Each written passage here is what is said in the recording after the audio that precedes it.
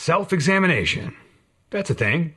I mean, obviously I've been aware of the concept, but I've never really dug into it.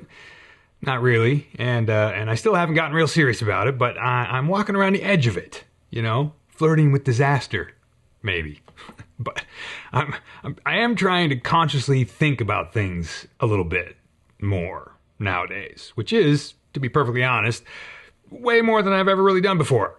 You know, start slow, ease into it. So something occurred to me the other day, yesterday, and, you know, I thought I'd do what I do best, jibber jabber about it.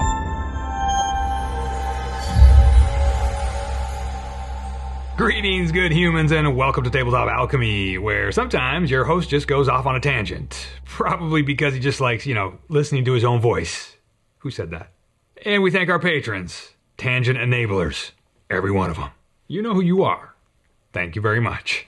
All right, so I don't know why this thought popped in my head last night, but it did, and I gave it a little bit of extra attention than I normally would have, which is kind of new for me, and I thought about it a little bit. So that thought was ostensibly about playing video games, but more specifically, it was about how some gamers approach or play games differently than, say, I do. This is all going to tie into tabletop hobby stuff towards the end. Or, like most of my tangents, I mean, it can apply to lots of things in life. And tabletop hobby stuff is part of life. I mean, sometimes we're knee deep in it, and sometimes we're standing across the room wishing we were doing it. But we're busy with other things. So, you know, but it's always there, in the fringes. That's where we like to live here. On the, apparently this is sign language for fringe is, it's not. Don't listen to me. All right, I typically play video games by simply, you know, playing the game. Like, let me set up like a metaphor here. Let's say we have two video games to play. Let's say, I don't know, World of Warcraft and Minecraft. Now, these are just arbitrary examples. These are just two games that I'm familiar with. So let's say each video game is represented in our metaphor as a literal sandbox, right? Like one of those ones you go down and you buy at Walmart or wherever you get sandboxes. It's a big plastic, you know, square you dump sand into for, you know, kids to play in, whatever. I'm not trying to confuse that terminology with certain games that are mechanically termed sandbox games. So we're in the backyard of a regular house, and out there in the backyard are two plastic actual sandboxes. So now there's me, gamer 1, and say Lilia, gamer 2. And we both head out to the backyard to play in the sandboxes. I guess in this metaphor, we're 10 years old. I go to the sandbox, and I step in there, and there are some toys. You know, sandboxes have usually toys. You'll have some marbles out there from the day before you're playing with your buddy, or there's some Tonka trucks or something, right? Or some, you know, Transformers or some Star Wars figures or whatever. Anyway, there's toys in a box, and I'm going to play with them. I just play with the toys, provided, and start making little imaginary adventures with the toys in the sandbox. I'm digging little trenches, and I'm bringing little plastic tanks up to the crossroads. You see, I'm tying this all into the hobby, man. I'm playing Trench Crusade. I'm 10 years old. I'm in the sandbox. Trench Crusade. I already did it. Been there. Done that. Where y'all been? Anyway, I don't know, maybe I brought in like Jabba the Hutt's like the skiff or something, and I've got my Star Wars figures, and I'm just playing in the sandbox. I'm having a good time. I'm waiting for Mom to call us in for spaghetti dinner. Now, in the sandbox next to me, Lilia jumps in to her sandbox. And she starts playing around, but the first thing she does is she starts digging in the sandbox. She just kind of ignores the toys, and she's like digging in the sandbox. And she digs down 6 or so inches, and she finds the plastic bottom of the sandbox. Now, when she starts clearing away more sand to expose more of the plastic bottom, she finds that pretty intriguing. And then she gets up and she leaves the sandbox and walks around the side of the house. I see her go over there, but I just go back to playing with my little toys here because I'm making, you know, the G.I. Joes run through the dunes and shoot each other. Way more fun than walking around the side of the house. And she comes back and she's dragging with her the business end of the backyard garden hose. Now first, she just wants to see if she can reach the sandbox with the garden hose, and when she does, she's stoked, and she drops that garden hose into the middle of her sandbox, and then she goes and turns on the water. And then she runs back and starts using the water to mess with the sand in her sandbox. And then she gets bored of that, and she clears all the sand away from like one corner of the sandbox, completely exposing the hard plastic bottom of the box, right? And then she starts like playing with marbles in that corner of the box. She's like rolling them across the plastic and seeing how they roll up and end in the sand dunes she's piled up, and she's just having a good time playing her way in that sandbox. And now, for the purposes of the metaphor here, I'm using the sandbox in sort of the intended way, and she's using the sandbox in a completely unintended way. Probably ways that will get her yelled at by mom. Specifically, she's having a good old time playing with the sandbox completely counterintuitively to what the makers of the sandbox intended, while I am having fun playing completely within the boundaries set up by the makers of the sandbox. Now, to rein this metaphor in, because we're just getting out of hand here, Lily is one of those gamers who, let's say she's playing WoW, World of Warcraft. She's like one of those gamers that when she's driving her avatar or toon or whatever they're called nowadays, across some digital landscape in that game, and she sees a mountain off to the side, she goes running up that digital mountain that the game programmers have coded into the game, and she spends a long time forcing her character to traverse these artificial boundaries the programmers have written into the game, and she stumbled across like a glitch in the terrain, and all of a sudden she's gone past this digital mountain that's part of the published game, and her character is now in some weird Twilight Zone area that exists, but it's not decorated or programmed. It's just weird digital shapes, and she's able to cross this like back end area, and she eventually finds that this area allows her to access some part of some dungeon that in the prescribed game world you would never be able to get to without following the programmatically intended pathway within the normal game area, right? Now, people do this kind of thing in WoW all the time. Not a lot of people, but definitely some people. And I'll tell you what, it's hard sometimes trying to express an iceberg's worth of ideas through a compressed language filter, which is kind of what I'm trying to do here. Anyway, the point I'm trying to get at here is that I typically, in life even, maybe, just go about playing the game within the intended boundaries set forth by whoever created the game. And I have little limited experiences where I'm struck with some kind of inspiration to stretch or subvert the rules or expectations sometimes. Kind of my base level of operating is to see what the general rules are, and I think of subverting things or trying to do things that are new or put little twists on things, but generally always within those sort of prescribed boundaries, the intended use case scenarios. Now, some people just naturally tend toward a how can I break this mindset? It's almost like some people play a different game altogether. Their game being some kind of contest or engagement directly with the game creator rather than with the game itself. All right, now I don't know if any of this is making any sense, but I'm rolling with it anyway, so get out the road. So, last night when I had these vague thoughts, I wondered why I don't have that initial or natural inclination to break the game. Now, I don't really like that term break, but like, I don't naturally go into a game and try to experiment with outside the box thinking, like literally outside the box thinking. Like, I try to think outside the box of what maybe people do within the game. I'm specifically thinking of, like, say, Minecraft here, where you build stuff and you can be very creative. And I love doing that stuff, but that's all still within the boundaries of sort of, you know, what the game is built to do. But there are people that like go into the program, they go into the code, or they try to find glitches within the game by, you know, doing weird stuff or testing the boundaries of the game within the game, right? And I don't typically think to do that.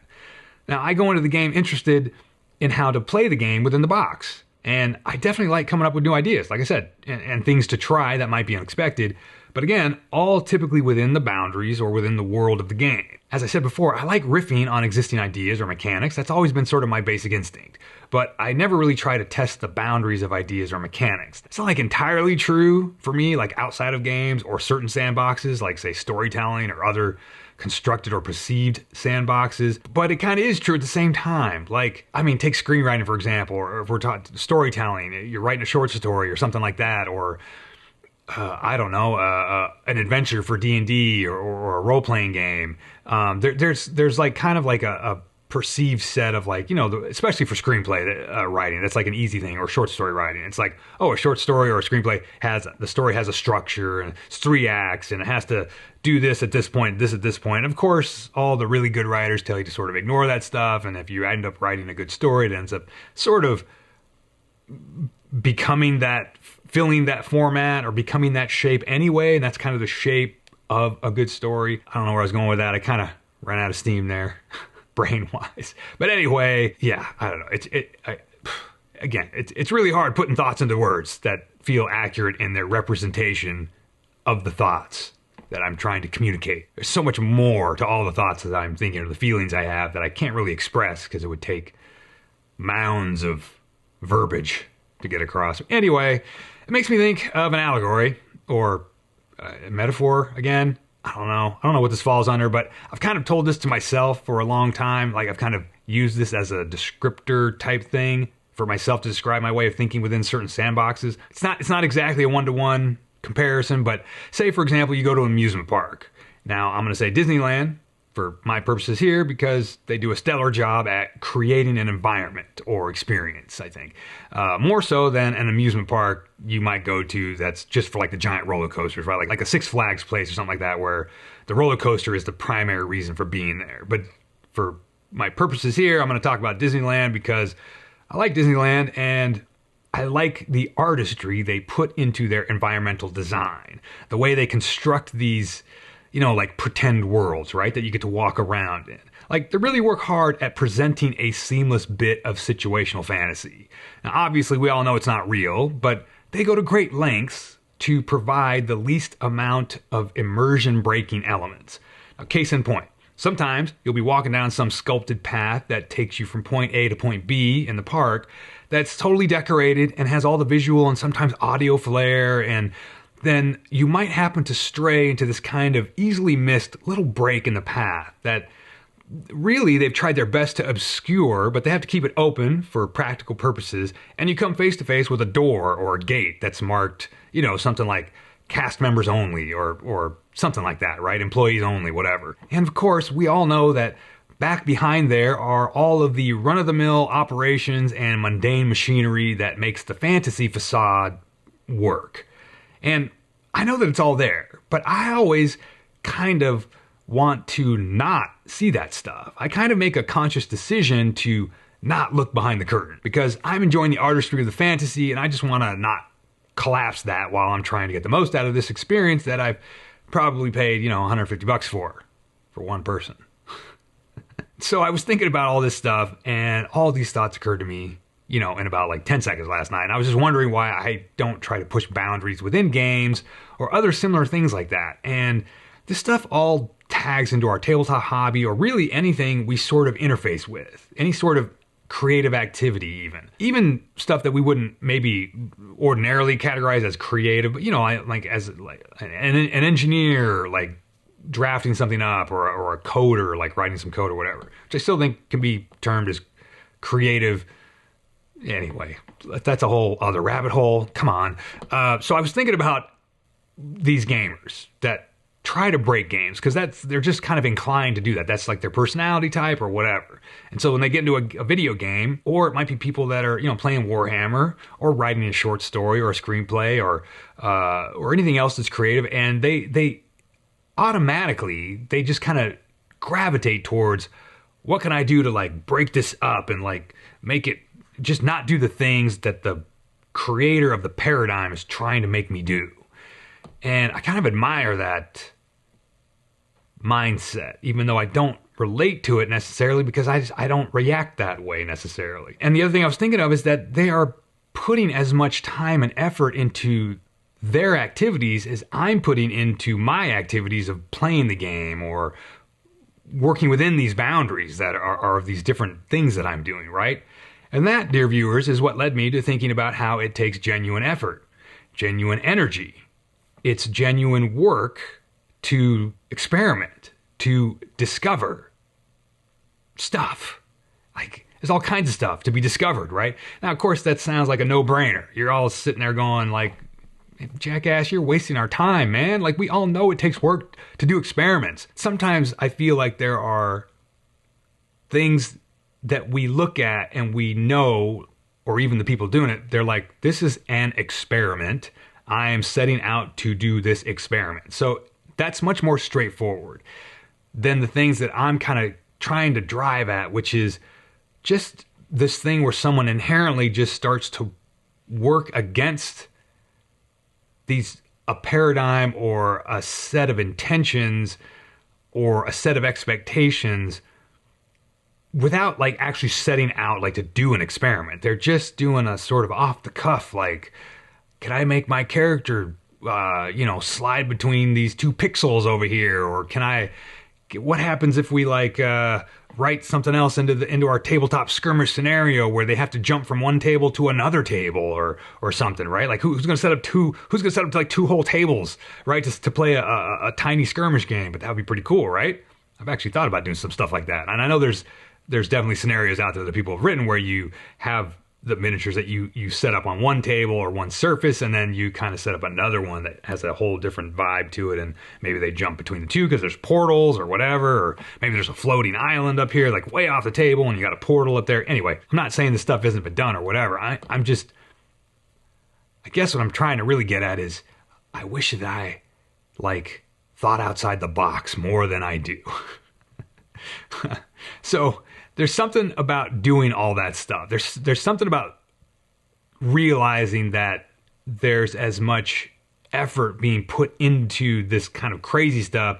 Like when I see people like playing video games in a way that I don't play them, sometimes my initial reaction is like, what a waste of time. Like, what are you doing? Like, this is so weird. Like, I don't want to, I guess when I was a kid and we had like, Star Wars figures, the Kenner brand stuff, right? And I believe they were Kenner brand. And, I even had little, the collector's box where you could put the figures in. It's kind of like a figure case for all your figures, right? And I'd have them all arranged and the little labels in there and stuff. Stormtrooper goes here, Han Solo goes here, Han Solo in snow outfit, I'm from Hoth goes here, and then I go over to my buddy's house and he's like pulled off like the legs off of Han Solo and put him on a stormtrooper or put him on a bounty hunter, and this guy's arm is over here, and I would just be like, this is atrocious. I can't handle this. What are you doing? But that's the kind of thing I'm thinking about. That's the kind of thing I kind of wish I had more internal respect for. I should have more respect for, because sometimes that stuff is, while it doesn't aesthetically please me, aesthetically speaking, I think sometimes there are crazy results and information and knowledge that can come out of that stuff that opens up horizons, and I wish that I was more in tune with that sort of thing. But anyway, this idea that uncovering new ideas or new capabilities or just the notion of doing things in weird ways to experiment with results I'm realizing it's every bit as valid as putting effort into work that falls within the perceived boundaries of X, Y, or Z. Which, again, I know everyone's out there going, duh, dude, yeah. But it's just something I had to consider for myself that I just started thinking about. And I'm pretty confident I'm failing to get across my exact or perfectly nebulous but meaningful feelings on this whole subject. But it's not like I want to start playing games in that other way that I was describing. Some things just don't appeal to me. But I'm very interested now in applying those gamers' sort of their interest in how they like doing things like that. I'm very interested in trying to apply that sort of thought process to other things in my life. I mean, like other things that I work on, writing projects, mini painting projects, filmmaking, even daily routine stuff. Like I do a lot of routine things, right? Without thinking about them. Like I should try to think about why I do certain things that I never give a second thought to, just simple things that don't even occur to you while you do them. You get up in the morning, you have a routine that you do every morning. It's like, okay, why that routine? And of course, maybe you know exactly why that routine, but possibly thinking about those thoughts that you don't think about might result in interesting new ideas. Maybe. I don't know. Anyway, that's quite enough jibber jabber for one video. Go think about some things. Let's see where that gets us. Maybe it'll get us someplace interesting. See ya.